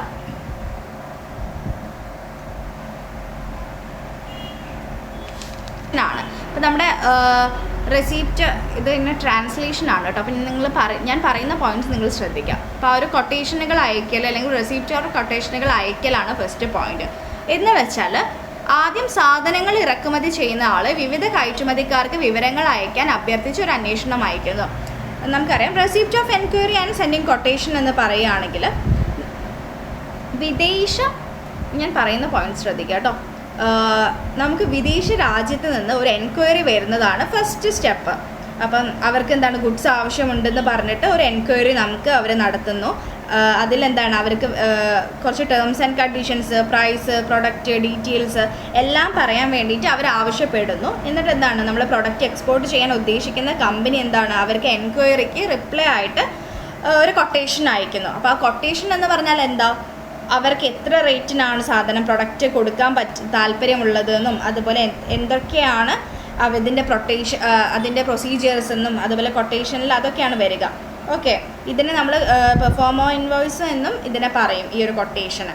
അപ്പം ഈ ഒരു ഫസ്റ്റ് വരുന്ന സ്റ്റെപ്പ് എന്ന് പറഞ്ഞാൽ റെസിപ്റ്റ് ഓഫ് എൻക്വയറി ആണ്. അപ്പോൾ ആ ഒരു വിദേശ രാജ്യത്ത് നിന്ന് നമുക്ക് എൻക്വയറി വരികയാണ് ഫസ്റ്റ് സ്റ്റെപ്പ്. അതിലെന്താണ് അവർക്ക് ഗുഡ്സ് ആവശ്യമുണ്ടെന്ന് പറഞ്ഞിട്ടാണ് ഒരു എൻക്വയറി അവർ നടത്തുന്നത്. അപ്പോൾ അതിലെന്താണ് ടേംസ് ആൻഡ് കണ്ടീഷൻസും പ്രൈസും പ്രൊഡക്റ്റ് ഡീറ്റെയിൽസും എല്ലാം പറയാൻ വേണ്ടിയിട്ട് അവർ ആവശ്യപ്പെട്ടുകൊണ്ടായിരിക്കും ഒരു എൻക്വയറി നടത്തുക. അപ്പോൾ അതിന് നമ്മുടെ പ്രൊഡക്റ്റ് എക്സ്പോർട്ട് ചെയ്യാൻ അല്ലെങ്കിൽ ഈ ഒരു ഉൽപ്പന്നങ്ങൾ കൊടുക്കാൻ ഉദ്ദേശിക്കുന്ന കമ്പനി എന്താണ്, ആ എൻക്വയറിക്ക് റിപ്ലൈ ആയിട്ട് അവരൊരു കൊട്ടേഷൻ അങ്ങോട്ട് അയക്കും. ആ കൊട്ടേഷൻ എന്ന് പറഞ്ഞാൽ എത്ര റേറ്റിനാണ് പ്രൊഡക്റ്റ് കൊടുക്കാൻ താല്പര്യപ്പെടുന്നത് എന്നൊക്കെയാണ് ആ ഒരു കൊട്ടേഷനിൽ ഉണ്ടാവുക. ഇതാണ് നമ്മുടെ എക്സ്പോർട്ടിങ്ങിൻ്റെ ഫസ്റ്റ് സ്റ്റെപ്പ് എന്ന് പറയുന്നത്. ഓക്കെ, ഇനി നെക്സ്റ്റ് സ്റ്റെപ്പാണ് receipt of order or intent. ഈ ഒരു receipt of order or intent എന്ന് പറഞ്ഞ സ്റ്റെപ്പിൽ എന്താണ്, നമ്മുടെ കൊട്ടേഷനിൽ അവർ സാറ്റിസ്ഫൈഡ് ആണെങ്കിൽ അവർ ആ ഒരു എക്സ്പോർട്ട് ഓർഡർ നൽകുകയാണ് ചെയ്യുക. അതാണ് receipt of order or intent എന്ന് പറയുക. എന്താണ്, നമ്മളിപ്പോൾ നമ്മുടെ കൊട്ടേഷൻ, അപ്പോൾ നമ്മളിപ്പോൾ നമ്മുടെ പ്രൊഡക്റ്റിൻ്റെ ഡീറ്റെയിൽസ്, നമ്മുടെ പ്രൊഡക്റ്റ് എത്ര ക്യാഷിനാണ് അവർക്ക് കൊടുക്കാൻ ഉദ്ദേശിക്കുന്നത് എന്ന് പറഞ്ഞിട്ട് നമ്മൾ ആ ഒരു എൻക്വയറിക്ക് റിപ്ലൈ ആയിട്ടൊരു കൊട്ടേഷൻ നമ്മൾ അങ്ങോട്ട് കൊടുക്കുമ്പോൾ ആ ഒരു റെസിപ്റ്റ് ഓഫ് ഓർഡർ ഓർ ഇൻറ്റൻറ്റിൽ പറയുന്നത് നമ്മുടെ കൊട്ടേഷനിൽ അവർ സാറ്റിസ്ഫൈഡ് ആണ്, ഈ ഒരു നമ്മുടെ പ്രൊഡക്ട്സ് അവരെടുക്കാൻ ആ ഒരു ക്യാഷിന് എടുക്കാൻ താല്പര്യപ്പെടുന്നുണ്ടെങ്കിൽ അവർ അതിൽ സാറ്റിസ്ഫൈഡ് ആണെങ്കിൽ അവർ ആ ഒരു എക്സ്പോർട്ട് ഓർഡർ നൽകും. അതാണ് സെക്കൻഡ് സ്റ്റെപ്പ്. ഇനി തേർഡ് സ്റ്റെപ്പ് എന്ന് പറഞ്ഞാൽ എന്താണ്, assessing importers credit worthiness and securing A guarantee for payment. ആ ഒരു ക്രെഡിറ്റ് എൻക്വയറി ആണ്. എന്ന് വെച്ചാൽ ഇതിപ്പോൾ എക്സ്പോർട്ട് ചെയ്യുമ്പോൾ എന്താണ്, അതിൽ നിന്ന് ക്യാഷ് ലഭിക്കുമോ എന്നുള്ളത് അറിയാൻ വേണ്ടിയിട്ട് ഇമ്പോർട്ടൻ്റെ ക്രെഡിറ്റ് വർത്തിനെസ്സിനെ പറ്റി അന്വേഷിക്കുന്നതാണ് ഈ ഒരു ക്രെഡിറ്റ് എൻക്വയറി എന്ന് പറയുന്നത്. അപ്പോൾ പേയ്മെൻറ്റ് ചെയ്യുമെന്നുള്ളൊരു ഗ്യാരണ്ടി എന്ന നിലയിൽ ഒരു ലെറ്റർ ഓഫ് ക്രെഡിറ്റ് എക്സ്പോർട്ടർ ആവശ്യപ്പെടുന്നു. അതാണ് ഈ ഒരു ക്രെഡിറ്റ് എൻക്വയറിയിൽ പറയുന്നത്. നെക്സ്റ്റ് സ്റ്റെപ്പ് എന്താണ്, obtaining export licence. Export licence എന്ന് പറയുമ്പോൾ നമുക്കിപ്പം വിദേശ രാജ്യത്ത് നിന്നൊരു ഓർഡർ കിട്ടിയിട്ടുണ്ടെങ്കിൽ അത് അയക്കാൻ ലൈസൻസ് ഉണ്ടായിരിക്കണം. നമുക്ക് അങ്ങോട്ട് വെറുതെ അങ്ങോട്ട് അയക്കാൻ പറ്റില്ല. അതിന് നമുക്ക് എക്സ്പോർട്ടിംഗ് ലൈസൻസ് ഉണ്ടായാൽ മാത്രമേ എക്സ്പോർട്ടിംഗ് അവിടെ സാധ്യമാവുള്ളൂ. ഓക്കെ, അപ്പോൾ അതിന് കുറച്ച് പ്രൊസീജിയേഴ്സ് ഉണ്ട്. എന്തൊക്കെ വേണം, നമുക്ക് ബാങ്ക് അക്കൗണ്ട് ഉണ്ടായിരിക്കണം. അത് ഒരു RBI ഓതറൈസ്ഡ് ആയിട്ടുള്ളൊരു ബാങ്കിൽ നമുക്ക് അക്കൗണ്ട് ഉണ്ടായിരിക്കണം. പിന്നെ ഇമ്പോർട്ട് എക്സ്പോർട്ട് കോഡ്, ഒരു IEC നമ്പർ നമുക്ക് ഉണ്ടാവും. ഓക്കെ, അത് പിന്നെ ഏജൻസി ഒരു അതോറിറ്റിയിൽ നിന്നാണ് നമുക്ക് IEC കോഡ് ലഭിക്കേണ്ടത്. പിന്നെ എന്താണ്, ഏതെങ്കിലും ഒരു എക്സ്പോർട്ട് പ്രൊമോഷൻ കൗൺസിലിൽ അവരുടെ രജിസ്റ്റർ ചെയ്യേണ്ടതാണ്. അപ്പോൾ നമ്മൾ ഏതെങ്കിലും ഒരു എക്സ്പോർട്ട് പ്രൊമോഷൻ കൗൺസിൽ ഉണ്ടാവും, അവിടെ അവർ രജിസ്റ്റർ ചെയ്യേണ്ടതാണ്. അതിനാണ് ECGC export credit and guarantee കോർപ്പറേഷനിലും അങ്ങനെയൊക്കെ രജിസ്റ്റർ ചെയ്യാനുണ്ട്. അപ്പോൾ ഈ ECGC അതുപോലെ IEC നമ്പർ ഇതൊക്കെ നമുക്ക് ഉണ്ടാവണം. പിന്നെ നമുക്കൊരു RBI ഓതറൈസ്ഡ് ആയിട്ടുള്ളൊരു ബാങ്ക് അക്കൗണ്ട് ഉണ്ടായിരിക്കണം. അതൊക്കെയാണ് ഈ ഒരു വിദേശ രാജ്യത്തേക്ക് നമുക്കൊരു ഓർഡർ കിട്ടിയിട്ടുണ്ടെങ്കിൽ അത് അയക്കാൻ വേണ്ടിയിട്ടുള്ള ലൈസൻസ് നമുക്ക് ഉണ്ടായിരിക്കണം എന്നാണ്. ഈ ഒരു എക്സ്പോർട്ടിംഗ് ലൈസൻസ് ഉണ്ടായിരിക്കണം. അതിലുള്ള പ്രൊസീജിയേഴ്സാണ് ഇപ്പോൾ പറഞ്ഞിട്ടുള്ളത്. ഇനി നമുക്ക് നെക്സ്റ്റ് സ്റ്റെപ്പ് എന്ന് പറയുന്നത് ഒബ്റ്റെയിനിങ് പ്രീഷിപ്മെൻറ്റ് ഫിനാൻസ്. അപ്പോൾ ഒബ്റ്റെയിനിങ് പ്രീഷിപ്മെൻറ്റ് ഫിനാൻസ് എന്ന് പറഞ്ഞാൽ എക്സ്പോർട്ട് പ്രൊഡക്ഷൻ നടത്തുന്നതിന് വേണ്ടിയിട്ട് ആവശ്യമായിട്ടുള്ള ഫണ്ടിന് വേണ്ടി നമ്മൾ ബാങ്കിനെ സമീപിക്കുക. അപ്പോൾ എക്സ്പോർട്ട് ചെയ്യാനുള്ള പ്രൊഡക്റ്റ് നമുക്ക് ഉൽപ്പാദിപ്പിക്കേണ്ടേ, ആ ഒരു പ്രൊഡക്ഷൻ നടത്തുന്നതിന് വേണ്ടിയിട്ട് നമ്മൾ ആവശ്യമായിട്ടുള്ള ഫണ്ടിന് വേണ്ടി ബാങ്കിനെ സമീപിക്കുന്നു. അപ്പോൾ ഈ ഒരു പ്രൊഡക്ഷൻ നടത്തുന്നതിന് വേണ്ടി നമുക്ക് എന്തൊക്കെ വേണം, റോ മെറ്റീരിയൽസ് വേണം, അത് പ്രോസസ്സ് ചെയ്ത് ഫിനിഷ്ഡ് ഗുഡ്സ് ആക്കാൻ വേണ്ടിയിട്ടുള്ള ആ ഒരു നമുക്കുള്ള ചിലവുകൾ, പിന്നെന്താണ് പാക്കേജിങ് ചെയ്യണം, ട്രാൻസ്പോർട്ടേഷൻ നടത്തണം. അപ്പോൾ ഈ ഒരു ഷിപ്മെൻറ്റിലോട്ട് എത്തിക്കുന്ന വരെയുള്ള ആ ഒരു സ്റ്റേജിലുള്ള ആ ഒരു കാര്യങ്ങളെല്ലാം നമ്മൾക്ക് പ്രോസസ്സ് ചെയ്യാനുണ്ട്. അപ്പോൾ ഈ ഒരു പ്രോസസ്സിനുള്ള ഫണ്ടാണ് പ്രീ ഷിപ്മെൻറ്റ് ഫിനാൻസ് എന്ന് പറയുന്നത് കേട്ടോ, അല്ലെങ്കിൽ pre shipment inspection. Next step എന്താണ്, production and purchase of goods. അപ്പോൾ ഒന്നെങ്കിൽ പ്രൊഡ്യൂസർ സ്വന്തമായിട്ട് ഉൽപ്പാദിപ്പിക്കുകയോ അല്ലെങ്കിൽ മാർക്കറ്റിൽ നിന്ന് വാങ്ങിക്കുകയോ ആണ് പ്രൊഡക്റ്റ് ചെയ്യാം. നമുക്ക് എക്സ്പോർട്ട് ചെയ്യേണ്ട പ്രൊഡക്റ്റ് ഒന്നെങ്കിൽ നമ്മുടെ റിസ്കിൽ അല്ലെങ്കിൽ നമ്മൾ തന്നെ മാനുഫാക്ചർ ചെയ്തെടുക്കുക, അല്ലെങ്കിൽ പ്രൊഡ്യൂസർ സ്വന്തമായിട്ട് ഉൽപ്പാദിപ്പിക്കുക, അല്ലെങ്കിൽ അത് മാർക്കറ്റിൽ നിന്ന് വാങ്ങിക്കുകയാണ് ചെയ്യുക. അതാണ് ആ ഒരു production and purchase of goods. Next pre shipment inspection. Pre shipment inspection എന്ന് പറഞ്ഞാൽ എന്താ, എക്സ്പോർട്ടർ അവരുടെ പ്രൊഡക്റ്റിൻ്റെ ക്വാളിറ്റി ചെക്ക് ചെയ്യാൻ വേണ്ടിയിട്ട് ഒരു ഇൻസ്പെക്ഷൻ ഏജൻസിയെ സമീപിക്കുന്നു. അപ്പോൾ എന്താണെന്ന് വെച്ചാൽ നമ്മളിപ്പം എന്തൊരു പ്രൊഡക്റ്റും കയറ്റുമതി ചെയ്യുന്നതിന് മുൻപായിട്ട് നമ്മളൊരു ഇൻസ്പെക്ഷൻ നടത്തും, ഈ ഒരു പ്രീ ഷിപ്മെൻറ്റ് ഇൻസ്പെക്ഷൻ കണ്ടക്ട് ചെയ്യും. അപ്പോൾ എക്സ്പോർട്ടർ അവരുടെ പ്രൊഡക്റ്റിൻ്റെ ഒരു ക്വാളിറ്റി ചെക്കിന് വേണ്ടിയിട്ടാണ് ഈ ഒരു ഇൻസ്പെക്ഷൻ ഏജൻസിയെ സമീപിക്കുന്നത്. ഓക്കെ, നെക്സ്റ്റ് എന്താണ്, എക്സൈസ് ക്ലിയറൻസ്. അപ്പോൾ ഈ ഒരു ഇതിലില്ലാത്ത അഡീഷണൽ പോയിൻറ്റ്സ് ഞാൻ പറയട്ടോ. അപ്പോൾ നിങ്ങൾ അതങ്ങനെ മനസ്സിലാക്കി ഈ ഒരു പോയിൻറ്റ്സ് പഠിച്ചു വെച്ചാൽ മതി. പക്ഷേ നിങ്ങളത് മനസ്സിലാക്കുക ഒരു പ്രൊസീജിയറിൽ എന്തൊക്കെ കാര്യങ്ങൾ ഉൾപ്പെടുന്നുണ്ടെന്ന്. അപ്പോൾ എക്സൈസ് ക്ലിയറൻസ് എന്ന് പറഞ്ഞാൽ നമ്മളിപ്പോൾ ഉൽപ്പന്നങ്ങൾ നിർമ്മിക്കുന്നുണ്ടെങ്കിൽ അല്ലെങ്കിൽ അത് മാനുഫാക്ചറിങ്ങിൻ്റെ ഒരു ടൈമിലൊക്കെ എന്താണ് അതിന് വേണ്ടി കൊടുക്കുന്ന ഒരു ഡ്യൂട്ടി അല്ലെങ്കിൽ നികുതിയാണ് നമ്മൾ എക്സൈസ് ഡ്യൂട്ടി എന്ന് പറയാം. അപ്പോൾ ആ ഒരു പ്രൊഡക്ഷൻ്റെ ടൈമിലോ അല്ലെങ്കിൽ മാനുഫാക്ചറിങ്ങിൻ്റെ ടൈമിലൊക്കെ ഈ ഒരു പ്രൊഡക്റ്റിന് വേണ്ടിയിട്ട് നമ്മൾ നൽകുന്ന ഡ്യൂട്ടി അല്ലെങ്കിൽ ടാക്സോ നികുതിയോ ഒക്കെയാണ് നമ്മൾ ഈ ഒരു ഡ്യൂട്ടി എക്സൈസ് ഡ്യൂട്ടി എന്ന് പറയാം. അപ്പോൾ ഈ ഒരു എക്സൈസ് ഡ്യൂട്ടിയായി ബന്ധപ്പെട്ട കാര്യങ്ങളൊക്കെ ഡീൽ ചെയ്യുന്നതിന് വേണ്ടിയിട്ട് നമ്മളൊരു എക്സൈസ് കമ്മീഷണറിനെ കോണ്ടാക്ട് ചെയ്യണം. അപ്പോൾ ഈ ഒരു എക്സൈസ് കമ്മീഷണർ അതിൽ സാറ്റിസ്ഫൈഡ് ആണെങ്കിൽ നമ്മൾ കൃത്യമായിട്ടാണ് എല്ലാ സ്റ്റേജും അല്ലെങ്കിൽ കൃത്യമായിട്ടാണ് നികുതിയൊക്കെ അടച്ചിട്ടുണ്ടെങ്കിൽ excise clearance certificate excise commissioner നമുക്ക് ഇഷ്യൂ ചെയ്യും. അതാണ് നമുക്ക് എക്സ്പോർട്ട് ചെയ്യാനുള്ള എക്സ്പോർട്ടർക്ക് കൊടുക്കുന്ന ഒരു അനുമതിയായിട്ടാണ് ഈ ഒരു എക്സൈസ് ക്ലിയറൻസ് നൽകുന്നത് കേട്ടോ. ഓക്കെ, അപ്പോൾ നമ്മൾ എല്ലാ ഡ്യൂട്ടീസും എല്ലാ ടാക്സും കാര്യങ്ങളൊക്കെ ക്ലിയർ ആയിട്ടാണ് നമ്മൾ ചെയ്തിട്ടുണ്ടെങ്കിൽ അടച്ചിട്ടുണ്ടെങ്കിൽ നമുക്ക് excise clearance certificate excise commissioner ഈ ഒരു എക്സ്പോർട്ട് ചെയ്യുന്ന വ്യക്തിക്ക് നൽകുന്നതാണ്. ഇതാണ് എക്സൈസ് ക്ലിയറൻസ് എന്ന് പറയുന്നത്. Next, obtaining certificate of origin. Obtaining certificate of origin എന്ന് പറഞ്ഞാൽ നമുക്കറിയാം ചില പർട്ടിക്കുലർ രാജ്യത്ത് നിന്ന് ഇറക്കുമതി ചെയ്യുമ്പോൾ എന്താണ് ചില താരിഫ് ഡ്യൂട്ടിയിലൊക്കെ എന്താണ് ഇളവ് നൽകാറുണ്ട്. അപ്പോൾ അങ്ങനെയുള്ള എന്തെങ്കിലും ബെനിഫിറ്റ് കിട്ടുന്നതിന് വേണ്ടിയിട്ട് നമ്മൾ ഏത് രാജ്യത്ത് നിന്നാണോ നമ്മൾ ഈ ഒരു പ്രൊഡക്റ്റ് ഗുഡ്സ് അയച്ചിരിക്കുന്നത് എന്നതിനുള്ളൊരു തെളിവായിട്ടാണ് നമ്മൾ ഈ ഒരു ഇമ്പോർട്ടർ ഈ ഒരു സർട്ടിഫിക്കറ്റ് ഓഫ് ഒറിജിൻ ഇമ്പോർട്ടർ ആവശ്യപ്പെടുന്നത്. ഓക്കെ, അതിനാണ് നമ്മൾ ഈ ഒരു സർട്ടിഫിക്കറ്റ് ഒറിജിൻ അവർക്ക് കൊടുക്കുന്നത് നമുക്ക് ആവശ്യമാണ്. അത് നമുക്കാണ് ബെനിഫിറ്റ്. അപ്പോൾ ഇമ്പോർട്ടറാണ് അത് നമുക്ക് ഈ ഒരു സർട്ടിഫിക്കറ്റ് ഓഫ് ഒറിജിൻ ആവശ്യപ്പെടുക എന്ന് വെച്ചാൽ അവർക്ക് എന്തെങ്കിലും അവരുടെ കൺട്രിയിൽ നമുക്ക് എന്തെങ്കിലും ഇളവ് ലഭിക്കുകയാണെങ്കിൽ ഈ ഒരു ചരക്ക് കൊണ്ടുപോകുന്നതിന് എന്തെങ്കിലും താരിഫോ ഡ്യൂട്ടിയിലോ എന്തെങ്കിലുമൊക്കെ നമുക്കൊരു ബെനിഫിറ്റ് കിട്ടുകയാണെങ്കിൽ അതിന് വേണ്ടിയിട്ടാണ് നമ്മുടെ ആ ഒരു ഇമ്പോർട്ടർ സർട്ടിഫിക്കറ്റ് ഓഫ് ഒറിജിൻ ആവശ്യപ്പെടുന്നത്. നെക്സ്റ്റ് സ്റ്റെപ്പാണ് റിസർവേഷൻ ഓഫ് ഷിപ്പിംഗ് സ്പേസ്. നമ്മളിപ്പോൾ കയറ്റുമതി ചെയ്യാൻ വെച്ച ഉൽപ്പന്നങ്ങൾ നമ്മൾ ഷിപ്പിലേക്ക് കയറ്റി അയക്കുമ്പോൾ എന്താണ് സ്പേസ് റിസർവ് ചെയ്യണം. സ്പേസ് റിസർവ് ചെയ്യാന്ന് വെച്ചാൽ നമുക്ക് അവിടെ നമ്മുടെ സാധനം വെക്കാനുള്ളൊരു സ്പേസ് വേണം. അപ്പോൾ ഏത് ഡേറ്റിലാണ് നമ്മൾ കയറ്റി അയക്കുന്നത് അല്ലെങ്കിൽ നമ്മുടെ ഡെസ്റ്റിനേഷനൊക്കെ എവിടെയാണെന്നൊക്കെ പറഞ്ഞുകൊണ്ട് ഒരു റിസർവ് ചെയ്ത് വെക്കാനുള്ള ആ ഒരു കാര്യം നമ്മൾ ചെയ്ത് വെക്കണം. എന്നാലും നമ്മുടെ ആ ഒരു ചരക്കിന് അവിടെ ഷിപ്പിൽ സ്പേസ് ഉണ്ടാവുള്ളൂ വെക്കാൻ വേണ്ടിയിട്ട്. അതാണ് ഈ ഒരു റിസർവേഷൻ ഓഫ് ഷിപ്പിംഗ് സ്പേസ് എന്ന് പറയുന്നത്. നെക്സ്റ്റ് വരുന്ന പോയിൻ്റാണ് നെക്സ്റ്റ് വരുന്ന ഒരു പ്രൊസീജിയറാണ് packaging and forwarding. Packaging and forwarding എന്ന് പറഞ്ഞാൽ എന്താ, നമ്മൾ ഗുഡ്സ് കൃത്യമായിട്ട് നമ്മൾ പാക്ക് ചെയ്യണം. അപ്പോൾ അതിൽ നമ്മുടെ ഡീറ്റെയിൽസ്, നമ്മുടെ അഡ്രസ്സ്, നെയിം, ഇമ്പോർട്ടറിൻ്റെയും എക്സ്പോർട്ടറിൻ്റെയും ഒക്കെ ഡീറ്റെയിൽസ് എല്ലാം കൃത്യമായി മാർക്ക് ചെയ്യണം.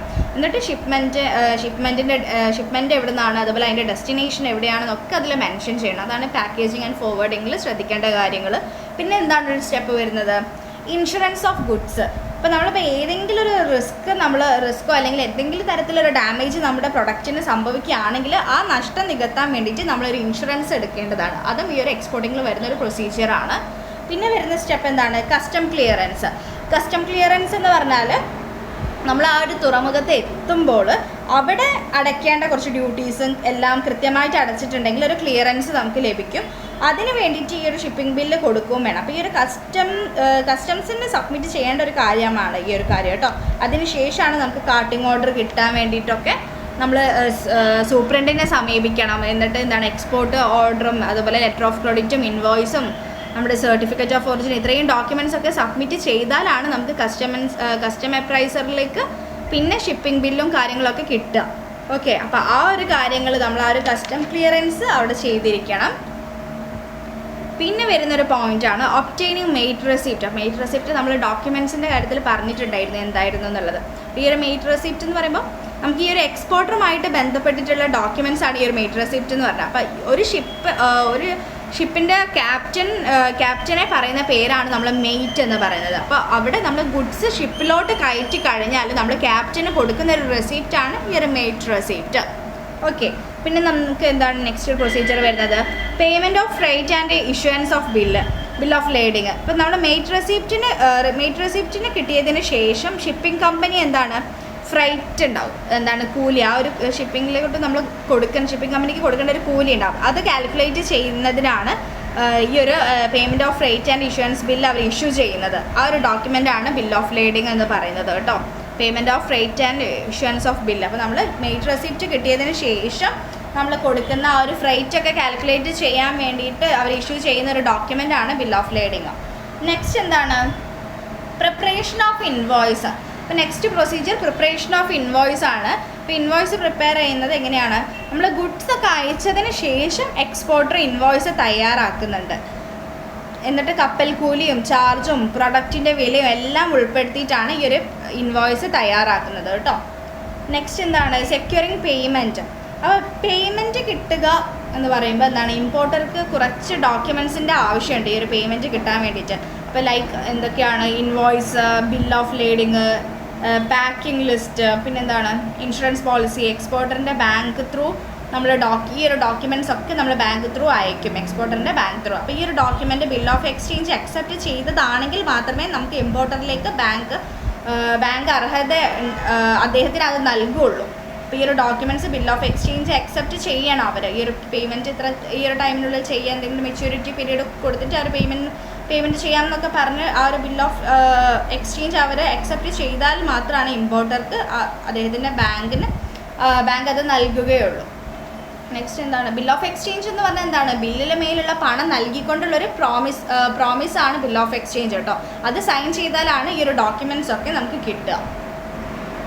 അതുതന്നെ ബിൽ ഓഫ് എക്സ്ചേഞ്ച് തന്നെ 2 തരത്തിലുണ്ട്. അപ്പോൾ സൈഡ് ഡ്രാഫ്റ്റും ഉണ്ട്, ഇഷ്വൻസ് ഡ്രാഫ്റ്റും ഉണ്ട്.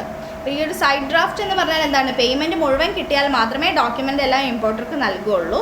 ഇഷ്വൻസ് ഡ്രാഫ്റ്റ് എന്ന് പറഞ്ഞാൽ പിന്നീട് ക്യാഷ് കൊടുക്കാമെന്ന് പറഞ്ഞിട്ട് ബിൽ ഓഫ് എക്സ്ചേഞ്ചിൽ ഒപ്പിട്ടിട്ട് അത് അക്സെപ്റ്റ് ചെയ്താൽ ഡോക്യുമെൻറ്റ്സ് കൈമാറുക. അത്തരത്തിലാണ് ഈ ഒരു ഇഷ്വൻസ് ഡ്രാഫ്റ്റ് എന്ന് പറയുന്നത്. യൂസൻസ് ഡ്രാഫ്റ്റ് ഒരു ചെറിയ കൺഫ്യൂഷൻ ഉണ്ട്, ഞാനതൊന്ന് ചെക്ക് ചെയ്തിട്ട് പറയാം കേട്ടോ. ഓക്കെ, അപ്പോൾ ഇത്രയും പ്രൊസീജിയേഴ്സാണ് നമുക്ക് ഈ ഒരു എക്സ്പോർട്ട് ട്രേഡിലുള്ളത് കേട്ടോ. അപ്പോൾ ഇത്രയും കാര്യങ്ങളാണ് നമ്മൾ ഈ ഒരു ചാപ്റ്ററിൽ ഡിസ്കസ് ചെയ്തിട്ടുണ്ടായത്. അപ്പോൾ നമ്മൾ ഈ ഒരു എക്സ്പോർട്ടിംഗ് എന്ന് പറയുന്നത് കുറച്ച് ഇമ്പോർട്ടൻ്റ് ആയിട്ടുള്ള ഒരു ചാപ്റ്ററാണ് കേട്ടോ, എക്സ്റ്റേണൽ ട്രേഡ്. അപ്പോൾ ഇതിൽ എക്സ്പോർട്ടിംഗ് പ്രൊസീജിയർ ഇമ്പോർട്ടൻ്റ് ആണ്. പിന്നെ എക്സ്റ്റേണൽ ട്രേഡിൻ്റെ 3 ടൈപ്പ് ഉണ്ട്. എന്തൊക്കെയായിരുന്നു? Import trade, export trade, entrepot trade. പിന്നെ ഈ ഒരു എക്സ്റ്റേണൽ ട്രേഡ് എന്ന് പറഞ്ഞാൽ എന്താണെന്ന് ഡിഫൈൻ ചെയ്യുക, അതിനൊരു എക്സാമ്പിൾ കൂടെ പറയുക കേട്ടോ. പിന്നെ നമ്മൾ എന്തായിരുന്നു നോക്കിയിട്ടുള്ളത്? ആ ഒരു ഇമ്പോർട്ടൻസ്. അപ്പോൾ സ്പെഷ്യലൈസേഷൻ പ്രൊമോട്ട് ചെയ്യുന്നതും ഇംപ്രൂവ്ഡ് സ്റ്റാൻഡേർഡ് ഓഫ് ലിവിങ്ങും പിന്നെ എംപ്ലോയ്മെൻറ്റ് ഓപ്പർച്യൂണിറ്റീസ് ജനറേറ്റ് ചെയ്യുന്നതും അങ്ങനെയൊക്കെ കുറേ എക്സ്റ്റേണൽ ട്രേഡിന് കുറേ ബെനിഫിറ്റ്സ് അല്ലെങ്കിൽ ഇമ്പോർട്ടൻസ് ഉണ്ട്. അപ്പോൾ അത്രയും കാര്യങ്ങൾ വ്യക്തമായിട്ട് പഠിക്കുക. അപ്പോൾ ഇത്രയേ ഉള്ളൂ ഈ ഒരു ചാപ്റ്ററിൽ നമുക്ക് ഡിസ്കസ് ചെയ്യാനായിട്ട്. അപ്പോൾ നമുക്ക് ഇന്നത്തെ ക്ലാസ് ഇവിടെ വൈൻഡപ്പ് ചെയ്യാം. Thank you.